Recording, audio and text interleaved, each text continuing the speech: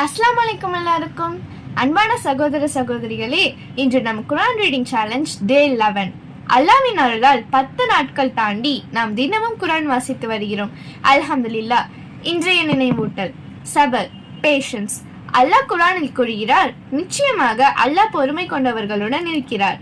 வாழ்க்கையில் கஷ்டங்கள் சோதனைகள் வந்தால் நம் மனம் உடைந்து போகும் போல இருக்கும்.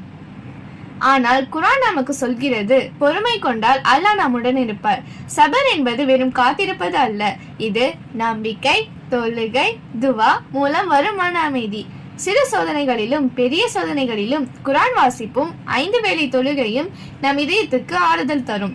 ஆனால் சகோதர சகோதரிகளே, இன்றும் நாம் குர்ஆன் வாசிப்பை தொடங்கும் போது இந்த சபர் பாடத்தை மனதில் வைத்துக் கொள்ளலாம். பொறுமையுடன் நம்பிக்கையுடன் இன்றைய டே 11 வாசிப்பை ஆரம்பிப்போம். பிஸ்மில்லா. கம்ப்ளீட் பண்ணிருக்கீங்கன்ட்டு கமெண்ட்ல பண்ணுங்க. இந்த வீடியோ பிடிச்சிருந்தா உங்க ஃபேமிலி அண்ட் ஃப்ரெண்ட்ஸ்